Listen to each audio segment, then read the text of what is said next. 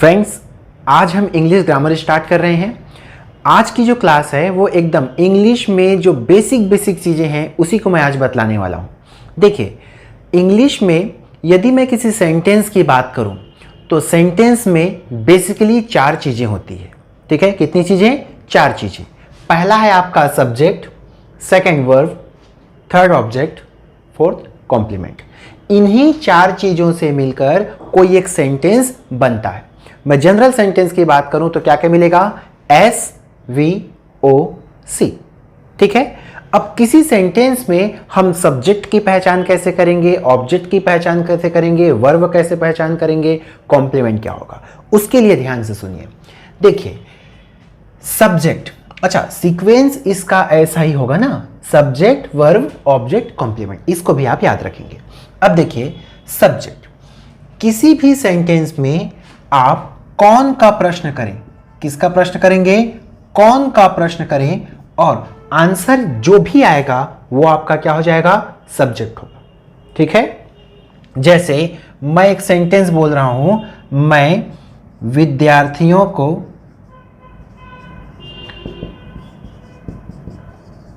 अंग्रेजी पढ़ाता हूं। ठीक है, अब देखिए इस सेंटेंस में मुझे क्या क्वेश्चन करना है? कौन का प्रश्न करना है। तो कौन विद्यार्थियों को अंग्रेजी पढ़ाता है, तो आंसर में आया मैं। तो यहां मैं क्या हुआ? आपका सब्जेक्ट हुआ। तो ये क्या हो गया? आपका सब्जेक्ट। तो सब्जेक्ट क्लियर हुआ। जैसे मैं बोला गाय घास चरती है, कौन घास चरती है? तो गाय। तो यहां गाय काऊ क्या हो गया? आपका सब्जेक्ट हो गया। ठीक है, दुकानदार मोबाइल बेचता है, कौन मोबाइल बेचता है? दुकानदार। तो आपका दुकानदार क्या हुआ? सब्जेक्ट। समझ में आया? तो सब्जेक्ट की पहचान कैसे करते हैं? कौन का प्रश्न करते हैं। ठीक है, अब देखिए अगला, सब्जेक्ट की पहचान होने के बाद सब्जेक्ट उस सेंटेंस में जो एक्शन करते ही रहेगा, जो कार्य करते रहेगा, वो कार्य हमारा क्या होगा? वर्ब होगा। ठीक है, जैसे कि मैं सेंटेंस क्या बोला हूं, मैं विद्यार्थियों को अंग्रेजी पढ़ाता हूं। मैं कौन सा एक्शन कर रहा हूं? पढ़ाने का एक्शन कर रहा हूं। तो यहां पढ़ाना क्या हो गया? आपका वर्ब हो गया। तो ये आपका क्या हुआ? वर्ब हुआ। जैसे मैं सेंटेंस बोला था गाय घास चरती है, तो कौन घास चरती है? गाय। तो गाय कौन सा एक्शन कर रही है, कौन सा कार्य कर रही है? चरने का काम कर रही है। तो चरना, ग्रेज, आपका क्या हो गया? वर्ब हुआ। ठीक है, दुकानदार मोबाइल बेचता है, बोला था मैं, तो दुकानदार कौन सा एक्शन कर रहा है? बेचने वाला एक्शन कर रहा है। तो बेचना आपका क्या हो गया? वर्ब हुआ। क्लियर? अब वर्ब में 2 प्रकार के वर्ब, देखिए वर्ब का पूरा एक चैप्टर है, फिलहाल यहां इतना ही समझिए। वर्ब में यहां 2 प्रकार के वर्ब दिखते हैं। पहला आपका दिखेगा हेल्पिंग वर्ब, उसके बाद आपका क्या? Main verb. ठीक है, तो वर्ब हेल्पिंग वर्ब पहले आता है, मेन वर्ब बाद में आता है। जैसे कि मैं बोलूं ही इज ईटिंग, तो यहां इज हेल्पिंग वर्ब हो गया और इट मतलब खाना आपका क्या हो गया? मेन वर्ब हुआ। ठीक है, चलिए आगे बढ़ते हैं। अगला पहचान करते हैं ऑब्जेक्ट की। तो देखो, सिंपल सी भाषा में मैं बोलूं, सब्जेक्ट जो काम किया, उस काम का प्रभाव जिस शब्द पे पड़ गया, वो आपका क्या हो जाएगा? ऑब्जेक्ट। कुछ समझ में आया क्या? कुछ समझ में नहीं आया होगा, ये तो बुकिश लैंग्वेज हो गई।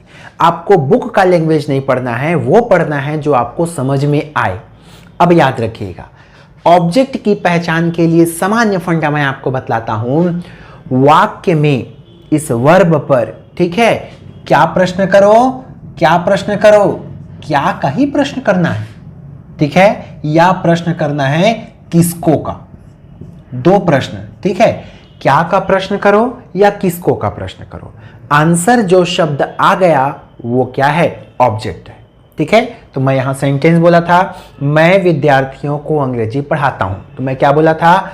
जो वर्ब है उसमें क्या, किसको का प्रश्न करो। मैं क्या पढ़ाता हूं, मैं क्या पढ़ाता हूं, ये हूं है। ठीक है, तो मैं अंग्रेजी पढ़ाता हूं, वर्ड आया आपका अंग्रेजी, मतलब ये आपका क्या हो गया? ऑब्जेक्ट हो गया। ठीक है, अब मैं बोला था किसको का भी प्रश्न करना है, तो मैं किसको पढ़ाता हूं, इस पढ़ाने पे आप प्रश्न करिए क्या या किसको का आंसर जो मिला वो आपका क्या है, ऑब्जेक्ट होगा। तो मैं किसको पढ़ाता हूं, तो मैं विद्यार्थियों को पढ़ाता हूं, तो यहां विद्यार्थी आपका क्या हो गया, ऑब्जेक्ट हो गया। मतलब इस सेंटेंस में दो ऑब्जेक्ट मिले, पहला आपका क्या, अंग्रेजी, और दूसरा आपको मिला विद्यार्थी, दोनों ऑब्जेक्ट हैं। क्लियर। जैसे मैं और सेंटेंस बोला था, गाय घास चरती है, तो गाय क्या चरती है, तो घास चरती है, तो घास आपका मतलब ग्रास यहां क्या हो गया, ऑब्जेक्ट हुआ। मैं बोला था दुकानदार मोबाइल बेचता है, दुकानदार क्या बेचता है, मोबाइल बेचता है, तो मोबाइल आपका क्या हो गया, ऑब्जेक्ट हो गया। ठीक है। जैसे मैं बोला मम्मी सोहन को मारती है, मम्मी क्या मारती है, कुछ आया क्या, नहीं आया। लेकिन मैं बोला मम्मी किसको मारती है, तो मम्मी सोहन को मारती है, तो यहां सोहन वर्ड जो आया, जो नाम हुआ, वो आपका क्या है, ऑब्जेक्ट हुआ। क्लियर हुआ। तो ऑब्जेक्ट की पहचान के लिए क्या या किसको का प्रश्न करे, आंसर जो आएगा वही आपका क्या है, ऑब्जेक्ट है। क्लियर। अब देखिए ऑब्जेक्ट दो प्रकार के होते हैं। ऑब्जेक्ट कितने प्रकार के, दो प्रकार के, तो मैं यहां मेंशन कर देता हूं ऑब्जेक्ट के दो प्रकार।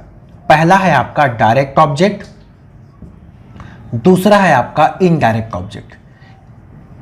ठीक है। तो ऑब्जेक्ट दो प्रकार के होते हैं, पहला आपका डायरेक्ट ऑब्जेक्ट, दूसरा आपका इनडायरेक्ट। इंपॉर्टेंट है, हम आगे चलकर वाइज जब पढ़ेंगे तो डायरेक्ट और इनडायरेक्ट ऑब्जेक्ट का कैसे एक्टिव पैसिव बनाते हैं वो आपका काम आएगा। एक एक चीज आपको काम आना है, एक एक चीज को ध्यान से पढ़ना है। ठीक है। तो देखिए ऑब्जेक्ट के दो प्रकार, डायरेक्ट और इनडायरेक्ट। अब पहचान कैसे करेंगे, जैसे कि इसमें दो ऑब्जेक्ट है, एक ऑब्जेक्ट ये भी है, एक ऑब्जेक्ट एक भी है, तो इसमें से एक जो है डायरेक्ट है, एक आपका इनडायरेक्ट है। तो देखिए D for direct, D for dead, याद रहेगा, D for direct, D for dead. Dead मतलब मुर्दा। ठीक है। ये मुर्दा, तो ये आपका क्या हो गया, जिंदा, याद रहेगा। तो D for direct, D for dead. Dead मतलब मुर्दा, मतलब जो मुर्दा मतलब निर्जीव चीज होंगे वो आपके कैसे होंगे, ऑब्जेक्ट, डायरेक्ट ऑब्जेक्ट होंगे, और जो लिविंग थिंग्स होंगे, जो जिंदा होंगे, वो आपका ऑब्जेक्ट कैसा होगा, इनडायरेक्ट ऑब्जेक्ट होगा। चलिए सेंटेंस में पहचानते हैं।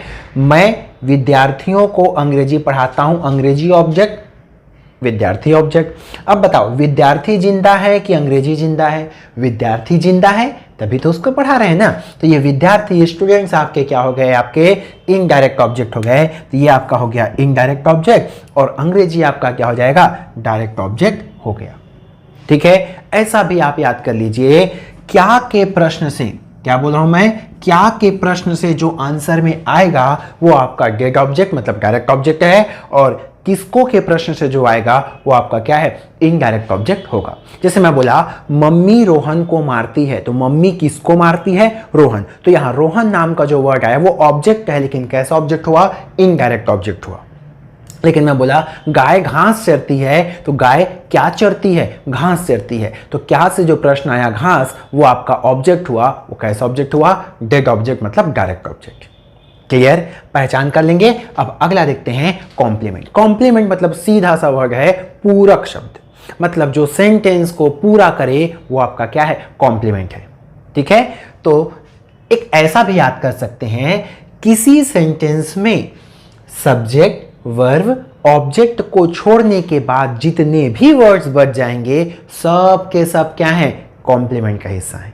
या ऐसा याद रख लीजिए, जगह और टाइम, वेयर और व्हेन, इन शब्द से जो आंसर मिलेगा वो सीधा क्या हो जाएगा, कॉम्प्लीमेंट का हिस्सा हो जाएगा। जैसे इस सेंटेंस में कोई कॉम्प्लीमेंट नहीं है, ये सब्जेक्ट है, ये ऑब्जेक्ट हुआ और ये वर्ब हो गया, इसमें कॉम्प्लीमेंट का हिस्सा नहीं है। इसी सेंटेंस में बोलता मैं विद्यार्थियों को 5 बजे देवांगन क्लासेस में अंग्रेजी पढ़ाता हूं, तो यहां दो वर्ड में और एक्स्ट्रा यूज किया, 5 बजे और देवांगन क्लासेस, तो ये 5 बजे और देवांगन क्लासेस आपका क्या हो जाएगा, ऑब्जेक्ट का हिस्सा, सॉरी कॉम्प्लीमेंट का हिस्सा हो जाएगा। ठीक है। क्लियर हुआ। तो याद रखिएगा सेंटेंस, सामान्य सेंटेंस की मैं बात करूं तो सामान्य सेंटेंस में मुख्य रूप से 4 चीज होते हैं। पहला है आपका सब्जेक्ट, फिर वर्ब, फिर ऑब्जेक्ट, फिर कॉम्प्लीमेंट। सब्जेक्ट की पहचान, कौन का प्रश्न करो, आंसर जो आएगा वो सब्जेक्ट है। सब्जेक्ट जो एक्शन करेगा वो आपका वर्ब है। वर्ब में दो प्रकार, हेल्पिंग वर्ब और मेन वर्ब। उसके बाद देखिए ऑब्जेक्ट, क्या या किसको का प्रश्न करो, आंसर जो है वो आपका ऑब्जेक्ट है। क्या के प्रश्न से आपका डायरेक्ट ऑब्जेक्ट आएगा, किसको के प्रश्न से इनडायरेक्ट ऑब्जेक्ट आएगा। जिंदा मुर्दा भी आप याद रख सकते हैं, D for direct, D for dead. Okay, उसके बाद अगला देखे थे कॉम्प्लीमेंट, जो तीनों चीज को सब्जेक्ट वर्ब ऑब्जेक्ट को छोड़कर जितना भी बच जाएगा वो सब के सब क्या है, कॉम्प्लीमेंट के हिस्सा हो जाएगा। ठीक है, अब नेक्स्ट देखते हैं काइंड्स ऑफ सेंटेंस। देखिए there are 5 kinds of sentence. पहला है आपका असर्टिव सेंटेंस, सेकंड है आपका इंट्रोगेटिव सेंटेंस, थर्ड है आपका इंपरेटिव सेंटेंस, फोर्थ है आपका ऑब्जेक्टिव सेंटेंस और फिफ्थ है आपका एक्सक्लेमेटरी सेंटेंस। देखिए असर्टिव सेंटेंस हिंदी में बोलते हैं निश्चयात्मक बोधक वाक्य। ठीक है, इसके दो प्रकार, पहला के कितने प्रकार बोल रहा हूं मैं, 2 प्रकार। तो असर्टिव सेंटेंस के कितने प्रकार, 2 प्रकार। पहला है आपका अफर्मेटिव सेंटेंस और दूसरा है आपका नेगेटिव सेंटेंस। ठीक है, निश्चयात्मक बोधक वाक्य के 2 प्रकार, अफर्मेटिव सकारात्मक सेंटेंस, दूसरा नेगेटिव नकारात्मक सेंटेंस। क्लियर हुआ। अब देखिए एक्चुअल में जो हम लोग सेंटेंस का स्ट्रक्चर देखे हैं वही आपका क्या है, अफर्मेटिव का स्ट्रक्चर है। ठीक है, इसमें क्या देखे हैं हम लोग, तो इसमें देखे हैं हम लोग सब्जेक्ट प्लस वर्ब में पहले हेल्पिंग वर्ब आएगा यदि हो तो, दूसरे में मेन वर्ब आएगा, ये पूरा वर्ब का स्ट्रक्चर हो गया। Okay, plus object plus complement. ठीक है, मतलब ये जो असर्टिव सेंटेंस का स्ट्रक्चर है एक्चुअल में यही अफर्मेटिव का स्ट्रक्चर होता है। ठीक है, अफर्मेटिव मतलब सकारात्मक वाक्य और नेगेटिव मतलब नकारात्मक वाक्य। इसमें सामान्यतः नॉट का यूज होगा, नेगेटिव में क्या होगा, नॉट का यूज होगा। सिंपल सा है, जो अफर्मेटिव का स्ट्रक्चर है, ये जो स्ट्रक्चर है इसी में नॉट लगाना है। और याद रखिएगा नॉट हमेशा लगेगा हेल्पिंग वर्ब के बाद। मतलब अब बताइए आप, नेगेटिव का स्ट्रक्चर क्या हो जाएगा, पहले सब्जेक्ट प्लस हेल्पिंग वर्ब और हेल्पिंग वर्ब के बाद आपका क्या आ जाएगा, नॉट आ जाएगा। तो ये बन गया आपका क्या, नेगेटिव सेंटेंस का स्ट्रक्चर। ठीक है, स्ट्रक्चर आपको याद रखना है क्योंकि आगे जब हम पढ़ेंगे तो डायरेक्ट इनडायरेक्ट स्पीच में आपका काम आएगा, हर जगह काम आता है, आपको याद रखना ही है। तो चलिए देखते हैं फटाक से। असर्टिव सेंटेंस में 2 प्रकार, पहला है आपका अफर्मेटिव, दूसरा है आपका नेगेटिव। अफर्मेटिव का स्ट्रक्चर क्या होता है, subject, helping verb, main verb, object, complement. Negative में हेल्पिंग वर्ब के बाद नॉट लगाना है। मेन स्ट्रक्चर इसको याद रखना है, इसी से ही सारे स्ट्रक्चर बनते चले जाएंगे। ठीक है, तो नेगेटिव का स्ट्रक्चर क्या हुआ, subject, helping verb plus not. ठीक है, ये क्लियर हुआ। उसके बाद मेन वर्ब, फिर ऑब्जेक्ट, फिर कॉम्प्लीमेंट। ओके, देखते हैं सेंटेंस। तो देखिए बोला मैं फुटबॉल खेलता हूं, आई प्ले फुटबॉल। तो देखिए इसमें सब्जेक्ट है, वर्ब है, ऑब्जेक्ट, कॉम्प्लीमेंट नहीं है। तो ये कैसा वाक्य हो गया, तो ये हमारा हो गया अफर्मेटिव का वाक्य। ठीक है, अब देखिए नेगेटिव बनाए हैं कैसा, मैं फुटबॉल नहीं खेलता हूं, तो I do not play football. मैं बताया नेगेटिव सेंटेंस बिना हेल्पिंग वर्ब के नहीं बनेगा। देखिए इसमें हेल्पिंग वर्ब नहीं था, लेकिन नेगेटिव बनाने के लिए मुझे हेल्पिंग वर्ब डू लाना पड़ा। देखेंगे सारे स्ट्रक्चर आराम से, टेंशन नहीं लेना है। I do not play football. Okay, और सेंटेंस क्या है आपका, वह नाच रही है, तो क्या हो जाएगा, शी इज डांसिंग। तो यहां देखिए इज, उसके बाद वर्ब का फर्स्ट फॉर्म आईएनजी आया, तो अब आपका ये क्या हो जाएगा, अफर्मेटिव हो गया। अब इसी का नेगेटिव बनाना है, तो हेल्पिंग वर्ब तो आपको दिख रहा था, इसी हेल्पिंग वर्ब के बाद में आप नॉट लगा दिए, तो क्या बन गया, नेगेटिव सेंटेंस बन गया। समझ में आया, क्लियर हुआ यहां तक। अब आगे बढ़ते हैं। देखिए सेकेंड टाइप है आपका क्या, इंट्रोगेटिव सेंटेंस, प्रश्नात्मक वाक्य। ठीक है, प्रश्नात्मक वाक्य की मुख्य पहचान क्या है, तो याद रखिएगा लास्ट में क्वेश्चन मार्क दिखेगा, इतना क्लियर। दूसरा इसका पहचान क्या है, जो हेल्पिंग वर्ब है वो सब्जेक्ट के पहले लगेगा।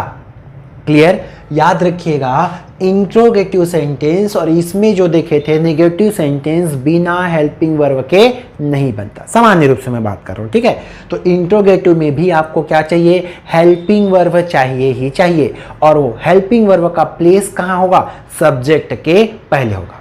जैसे देखो, हम लोग जो सेंटेंस देखे हैं सब्जेक्ट के बाद हेल्पिंग वर्ब दिखाई दे रहा है सामान्य सेंटेंस में, लेकिन इंट्रोगेटिव सेंटेंस में हेल्पिंग वर्ब कहां दिखेगा? हेल्पिंग वर्ब दिखेगा सब्जेक्ट के पहले। और अंत में देखो यहां डॉट दिख रहा है, लेकिन हमारा इंट्रोगेटिव सेंटेंस में अंत में क्या दिखेगा? क्वेश्चन मार्क दिखेगा। यहां तक क्लियर? तो अब चलिए, ये जो स्ट्रक्चर है आपका सिंपल सेंटेंस का, इसको आप इंट्रोगेटिव में चेंज करिए। तो मैं क्या बोला हूं? ये हेल्पिंग वर्ब उठेगा और उठ के कहां चला जाएगा? सब्जेक्ट के पहले। तो देखिए इसका स्ट्रक्चर क्या बन जाएगा? सबसे पहले आ गया helping verb plus subject plus main verb plus object plus complement और लास्ट में क्या बोला हूं मैं? Question mark. ये बन गया आपका इंट्रोगेटिव सेंटेंस का स्ट्रक्चर। इतना क्लियर? अब देखिए, इंट्रोगेटिव सेंटेंस भी दो प्रकार के होते हैं। कितने प्रकार के? दो प्रकार के। ज्यादा इसका टेंशन नहीं लेना है। दो प्रकार में आपका पहला प्रकार आपका क्या आता है? यदि WH वर्ड सेंटेंस के सबसे शुरू में आ गया तो एक प्रकार बन गया वो WH। जैसे देखो, WH वर्ड में क्या क्या? वॉट है, हु है, वेयर है, व्हेन है, ये सब क्या है? WH वर्ड है। WH वर्ड सामने में चला गया मतलब वो आपका WH क्वेश्चन सेंटेंस हो गया, ठीक है? और दूसरा है आपका हेल्पिंग वर्ब वाला क्वेश्चन सेंटेंस। तो एक हो गया WH वर्ड वाला क्वेश्चन सेंटेंस और एक हो गया हेल्पिंग वर्ब वाला। तो हेल्पिंग वर्ब शुरू में आया मतलब ये कैसा हो गया? हेल्पिंग वर्ब वाला क्वेश्चन सेंटेंस हुआ। और दूसरा आपका WH वर्ड आएगा शुरू में, वो आपका क्या हो जाएगा? WH वर्ड वाला क्वेश्चन सेंटेंस हो जाएगा। अब उसका स्ट्रक्चर क्या होगा? तो मैं क्या वर्ड बोला हूं? WH वर्ड कहां जाएगा? सेंटेंस के शुरू में जाएगा। तो एक प्रकार तो ऐसा हो गया और दूसरा प्रकार क्या बनेगा? सबसे पहले आ जाएगा WH वर्ड, बाकी इसी स्ट्रक्चर को डाल दो तो क्या हो जाएगा? हेल्पिंग वर्ब आ जाएगा प्लस सब्जेक्ट आ जाएगा प्लस मेन वर्ब आ जाएगा प्लस ऑब्जेक्ट आ जाएगा प्लस कॉम्प्लीमेंट और लास्ट में क्वेश्चन मार्क। क्लियर हुआ? तो इंट्रोगेटिव सेंटेंस में इतना ही याद रखना है कि अंत में क्या दिखेगा आपको? क्वेश्चन मार्क दिखेगा और सब्जेक्ट के पहले शब्द को, चाहे इसमें हो चाहे इसमें हो, सब्जेक्ट के पहले आपको क्या दिखाई देगा? हेल्पिंग वर्ब दिखाई देगा। और ओनली हेल्पिंग वर्ब है तो हेल्पिंग वर्ब वाला इंट्रोगेटिव सेंटेंस हुआ और WH वर्ड दिखाई दिया तो WH वर्ड वाला इंट्रोगेटिव सेंटेंस हो गया। चलिए देखते हैं एग्जाम्पल। एक सेंटेंस है, ये कैसा सेंटेंस है बताइए आप? He has completed his work. मतलब ये इस प्रकार का सेंटेंस दिखाई दिया, subject, helping verb, main verb और ये ऑब्जेक्ट। मतलब ये असर्टिव सेंटेंस का अफर्मेटिव है, ठीक है? और इसमें देखो नॉट लगा है, मतलब ये कैसा सेंटेंस है? नेगेटिव सेंटेंस है। क्लियर?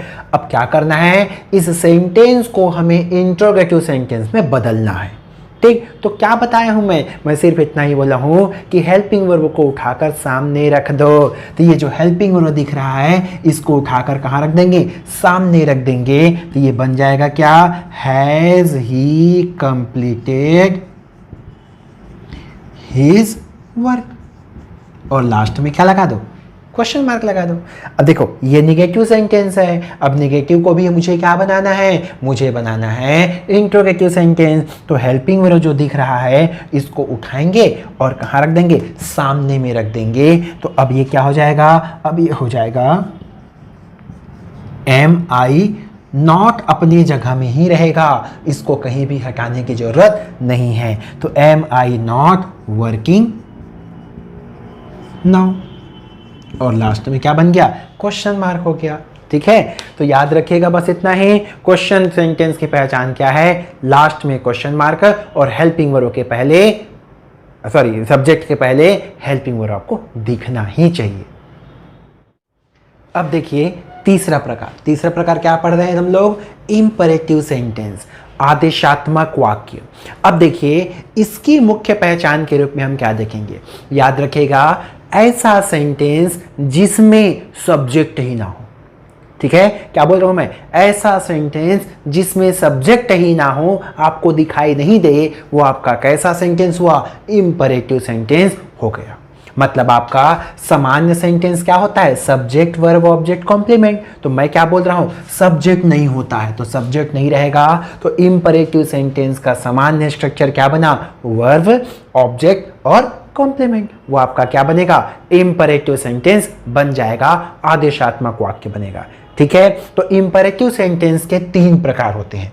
अब वो तीनों प्रकार को कैसे याद रखना है, राव सर को याद रखना है। मैं तो देवांगन सर हूं, लेकिन आपको क्या याद रखना है चीज, राव सर को याद रखना है। तो मैं क्या बोला, Rao, RAO, R for request, ठीक है, रिक्वेस्ट वाला imperative sentence, A for advice वाला इंपरेटिव सेंटेंस, और O फॉर ऑर्डर वाला इंपरेटिव सेंटेंस। अब देखिए इसकी पहचान क्या होगी रिक्वेस्ट की, तो याद रखिएगा सेंटेंस में क्या दिखेगा, प्लीज या काइंडली दिख गया। क्या दिखेगा, प्लीज या काइंडली दिखा, मतलब वो सेंटेंस आपका कैसा सेंटेंस होगा, रिक्वेस्ट वाला इंपरेटिव सेंटेंस होगा। एक एक चीज इंपॉर्टेंट है, जब हम पढ़ेंगे क्या वाइस, तो आपका ये सब काम आएगा। रिक्वेस्ट वाला इंपरेटिव रहे तो कैसे बनाएंगे, बाकी कैसे बनाएंगे, सब काम आएगा ना, इसीलिए ध्यान से आज समझ लीजिए चीज़ों को। तो रिक्वेस्ट वाला इंपरेटिव सेंटेंस में क्या दिखेगा, प्लीज या काइंडली। ये जो सेंटेंस दिख रहा है ना, या तो शुरुआत में प्लीज या काइंडली दिखेगा, या तो लास्ट में प्लीज या काइंडली दिखेगा, तो आपका क्या हो जाएगा, रिक्वेस्ट वाला इंपरेटिव सेंटेंस।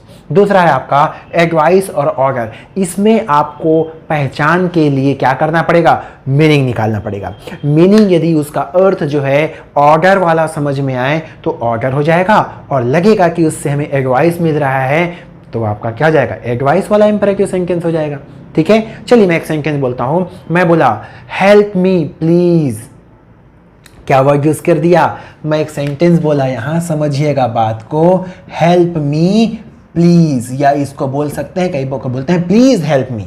ठीक है, देखो सेंटेंस वर्ब से शुरुआत हो, मदद करना, ये आपका ऑब्जेक्ट है, कॉम्प्लीमेंट नहीं है, प्लीज जुड़ा हुआ है, मतलब ये आपका कैसा हो गया, रिक्वेस्ट वाला इंपरेटिव सेंटेंस है। ठीक है, जैसे मैं बोला गेट आउट, क्या बोल रहा हूं मैं, गेट आउट, प्लीज या काइंडली तो जुड़ा नहीं है, मतलब ये रिक्वेस्ट नहीं है, या तो एडवाइस है या तो ऑर्डर है। अब यहाँ इसका मीनिंग क्या हुआ, गेट आउट, भाग जाओ यहां से बोल रहा हूं, मतलब मैं क्या बोल रहा हूं, आदेश दे रहा हूं। तो आदेश दे रहा हूं तो ये कैसा हो गया, ऑर्डर वाला इंपरेटिव सेंटेंस हो गया। मैं बोला वर्क हार्ड, मैं बोला क्या, वर्क हार्ड, मतलब कठिन मेहनत करिए, ये बोल रहा हूं, तो कठिन मेहनत करिए करके मैं क्या बोल रहा हूं, ये एडवाइस दे रहा हूं, कि एडवाइस वाला क्या हो जाएगा, ये इंपरेटिव सेंटेंस हो जाएगा। सिंपल सा है। तो इंपरेटिव सेंटेंस की मुख्य पहचान क्या है, जो हमारा सिंपल सेंटेंस में उसमें सब्जेक्ट को हटा दो तो आपका स्ट्रक्चर बन जाएगा क्या, वर्ब ऑब्जेक्ट और कॉम्प्लीमेंट। 3 प्रकार के होते हैं। तो पहला आपका रिक्वेस्ट, एडवाइस और ऑर्डर। राव सर को याद रखना है, रिक्वेस्ट की पहचान प्लीज या काइंडली जुड़ा रहेगा। उसके बाद एडवाइस और ऑर्डर के लिए आपको क्या करना है, अर्थ में जाना है। अर्थ से आपको लगे कि ये आपका ऑर्डर है तो ऑर्डर इंपरेटिव सेंटेंस बनेगा, और एडवाइस है तो एडवाइस वाला इंपरेटिव सेंटेंस बनेगा। ठीक है।